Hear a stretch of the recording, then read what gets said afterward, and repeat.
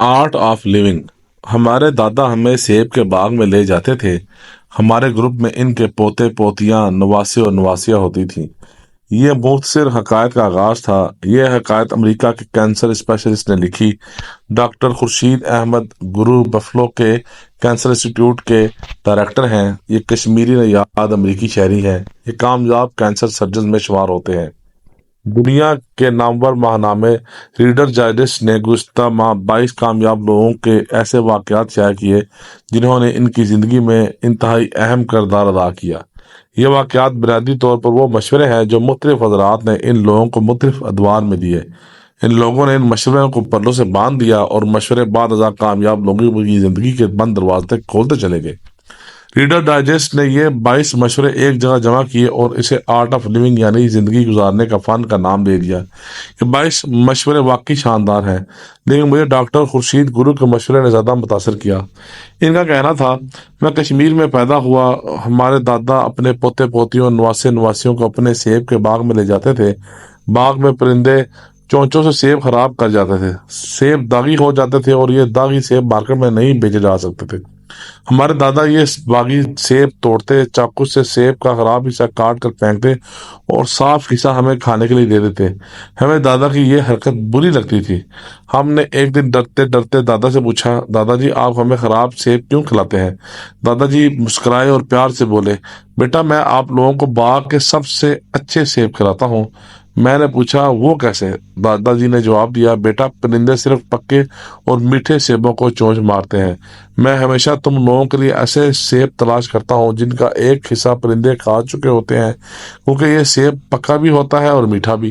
Doctor Rashid کے بقول دادا کے جواب نے مجھے حیران کر دیا۔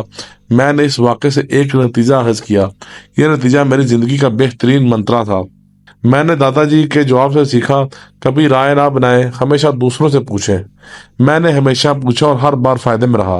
ڈاکٹر خورشید احمد گوری کی بات میں وزن ہے۔ ہم میں سے زیادہ تر لوگ پوچھے اور سمجھے بغیر رائے بھی قائم کر لیتے ہیں اور یہ لوگ اپنی رائے کو حتمی بھی سمجھتے ہیں اور یوں یہ پوری زندگی غلط اور حتمی رائے پر گزار دیتے ہیں۔ اب فرض کیجئے ڈاکٹر خورشید اپنے دادا سے خراب سیب کھلانے کی وجہ نہ پوچھتے تو کیا ہوتا؟ ڈاکٹر صاحب کی خاموشی کے 3 نتائج نکلتے۔ ایک، یہ پوری زندگی دادا کو کنجوس اور ظالم سمجھتے رہتے، یہ زندگی کے اس شاندار ترین منتر سے محروم رہتے جس نے آنے والے دنوں میں ان کے راستے کی تمام رکاوٹیں دور کر دیں۔ اور 3، یہ پرندے اور سیب کے رشتے کو کبھی نہ سمجھ پاتے، یہ پوری زندگی اس فوک وزڈم سے محروم رہتے۔ پرندے ہمیشہ میٹھے اور پکے پھل پر چونچ مارتے ہیں، لہذا آپ اندازہ کیجئے ڈاکٹر رشید کے ایک سوال نے ان پر دانائی کے کتنے راستے کھول دیے۔ ہمارے سب سے بڑا آرٹ آف لیونگ کا سوال یہ ہے کیونکہ دنیا سوال میں دانائی کا سب سے بڑا شور ہے۔ آپ کو سوال کرنے والے لوگ دنیا میں کبھی خالی ہاتھ نہیں ملیں گے۔ آپ اس سلسلے میں سقراط کی مثال لے لیجئے۔ سقراط کا پورا فلسفہ سوالوں پر مشتمل تھا۔ وہ پوچھنا شروع کر دیتا تھا اور الجھنوں کی گتھیاں سلجھتی چلی جاتی تھیں اور ان کے گرد علم کا انبار لگ جاتا تھا۔ سقراط نے ثابت کیا کہ سوال علم ہوتا ہے اور پوچھنے والے کو عالم بنا دیتا ہے۔ سوال غلط فہمیاں ختم کرنے کا سب سے بڑا ذریعہ بھی ہے۔ ہم زندگی میں سینکڑوں مرتبہ غلط فہمیاں پال لیتے ہیں۔ غلط فہمیاں تعلقات کا زنگ ہوتی ہے۔ ہم انسان شروع میں غلط فہمی کا شکار ہوتے ہیں۔ ہم پھر اس غلط فہمی کو بنیاد بنا کر رائے کام کر لیتے ہیں۔ یہ رائے آہستہ آہستہ پکی ہو جاتی ہے اور ہم بعد ازاں اپنی زندگی کی گاڑی اس رائے کے سڑک پر دوڑانا شروع کر دیتے ہیں۔ ہمیں جب اپنی غلطی کا احساس ہوتا ہے تو ہم اس وقت تک وہاں پہنچ چکے ہوتے ہیں جہاں سے واپسی ممکن نہیں ہوتی۔ سوال غلط فہمیاں دور کرنے کا بہترین طریقہ بھی ہوتے ہیں اور سوال آپ کی کمیونیکیشن میں اضافہ بھی کرتا ہے۔ آپ اگر بولنا سیکھنا چاہتے ہیں، آپ اگر اپنے اندر اعتماد پیدا کرنا چاہتے ہیں تو آپ سوال کا ڈنگ سیکھ لیں، آپ کو بولنا آ جائے گا۔ میں نے آج تک سوال سے بہت کچھ سیکھا ہے۔ میں شروع میں لوگوں کے دلائل، جواز اور حقائق کو چیلنج کر دیتا تھا۔ لوگ کہتے تھے یورپ مغرب میں ہے، میں فوراً بول پڑتا تھا، نہیں جناب یورپ جنوب مغرب میں ہے۔ میں صرف یہ کہتا نہیں تھا بلکہ اس پر ڈٹ بھی جاتا تھا۔ لوگ میری اس حرکت سے تنگ آ جاتے تھے مگر میں اسے اپنا اعتماد سمجھتا تھا۔ میں نے وقت کے ساتھ ساتھ سیکھا اعتماد اور بدتمیزی میں معمولی سا فرق ہوتا ہے اور ہم اکثر اوقات یہ فرق مٹا دیتے ہیں۔ میں جوانی میں با اعتماد نہیں تھا، میں بدتمیز تھا۔ میں حقائق ویریفائی کرنے کے بجائے چیلنج کر بیٹھتا تھا اور یوں اپنے اور دوسروں کے لیے مسائل پیدا کر لیتا تھا۔ میں اب دوسروں کے حقائق کو چیلنج نہیں کرتا، میں ویریفائی کرتا ہوں۔ پاکستان میں 3G، وائی فائی اور ٹچ اسکرین موبائل فونز نے ویریفیکیشن آسان کر دی ہے۔ آپ دوسروں کی بات سنیں، جیب سے موبائل نکالیں، سفاری پر جائیں، سوال ٹائپ کریں اور آپ چند سیکنڈ میں تمام معلومات ویریفائی کر لیں۔ آپ موبائل فون پر کتابیں بھی کھول سکتے ہیں، آپ بڑی سے بڑی دستاویز میں چھپے حقائق بھی معلوم کر سکتے ہیں، کیونکہ چند منٹوں میں معلومات اور حقائق کی تصدیق ہو جائے گی۔ یہ علم عرب حاصل کرنے کا مجذب نسخہ ہے۔ میں روزانہ اس نسخے کے ذریعے درجنوں چیزیں سیکھتا ہوں۔ میں نے وقت کے ساتھ ساتھ ایک اور عادت بھی ڈیولپ کی۔ میں جب کسی سے ملتا ہوں تو میں اسے یہ ضرور پوچھتا ہوں، آپ کیا کرتے ہیں؟ وہ شخص جس شعبے سے وابستہ ہوتا ہے، میں اس سے اس شعبے سے متعلق سوال کرنے لگتا ہوں۔ وہ بتاتا جاتا ہے اور میں سیکھتا ہوں۔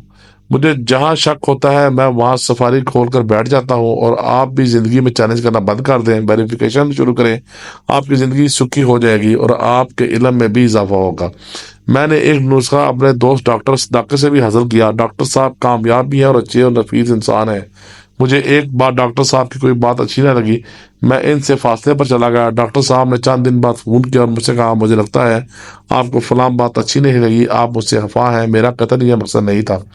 میں آپ کو یہ بتانا چاہتا تھا، میں نے بھی اپنا دل کھول دیا، میں نے ان سے شکوہ کیا۔ ڈاکٹر صاحب نے وضاحت کی اور یوں بات ختم ہوگی۔ آپ فرض کیجئے کہ ڈاکٹر صاحب مجھے فون نہ کرتے تو ہمارے درمیان موجودہ گرہ کتنی مضبوط اور بڑی ہو جاتی۔ یقیناً ہمارے تعلقات کمزور ہو کر ختم ہو جاتے۔ میں نے ڈاکٹر صاحب کے فون کو نسخہ بنا لیا۔ مجھے اب جو ہی کسی کی طرف سے سرد موہری کا احساس ہوتا ہے تو میں فوراً اس سے رابطہ کرتا ہوں، گلے شکوے ہوتے ہیں اور معاملہ ختم ہو جاتا ہے۔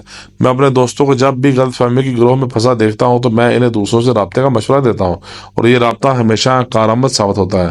ہم میں اکثر لوگ یہ شکایت کرتے ہیں، لوگ میری بات سمجھ نہیں پاتے، میں لوگوں کو سمجھانا چاہتا ہوں مگر سمجھا نہیں پاتا، میرا ابلاغ کمزور ہے، میری بات دل ہی میں رہ جاتی ہے اور میں وقت پر کسی کو بتا نہیں پاتا، وغیرہ وغیرہ۔ میں بھی زندگی کے 2/3 حصے اسی صورتحال کا شکار رہا۔ میں بھی لوگوں کو سمجھا نہیں پاتا تھا، لیکن پھر ایک نسخہ ہاتھ آ گیا اور میں اس مسئلے سے بھی آزاد ہو گیا۔ مجھے پتہ چلا انسان جب تک خود نہ سمجھے دوسروں کو نہیں سمجھا پاتا۔ آپ جب تک سمجھ نہیں پائیں گے دوسروں کو آپ کی بات کی سمجھ نہیں آئے گی۔ آپ کو اگر خود پر کسی چیز پر عبور نہیں تو آپ دوسروں کو حق سمجھائیں گے۔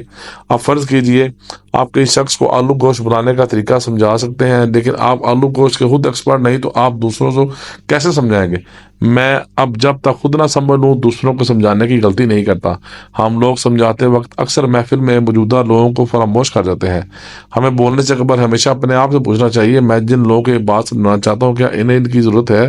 اگر جواب ہاں میں آئے تو آپ ضرور سمجھائیے، اگر جواب نہ ہو تو آپ خاموش ہو جائیں۔ ان لوگوں سے وہ سمجھنے کی کوشش شروع کر دیں جس کے یہ لوگ ایکسپرٹ ہیں۔ مثلاً آپ پائلٹ ہیں اور آپ گدا گاڑیاں چلانے والوں کو یہ سمجھانا شروع کر دیں جہاز کیسے اڑایا جاتا ہے تو آپ یقیناً ناکام ہو جائیں گے۔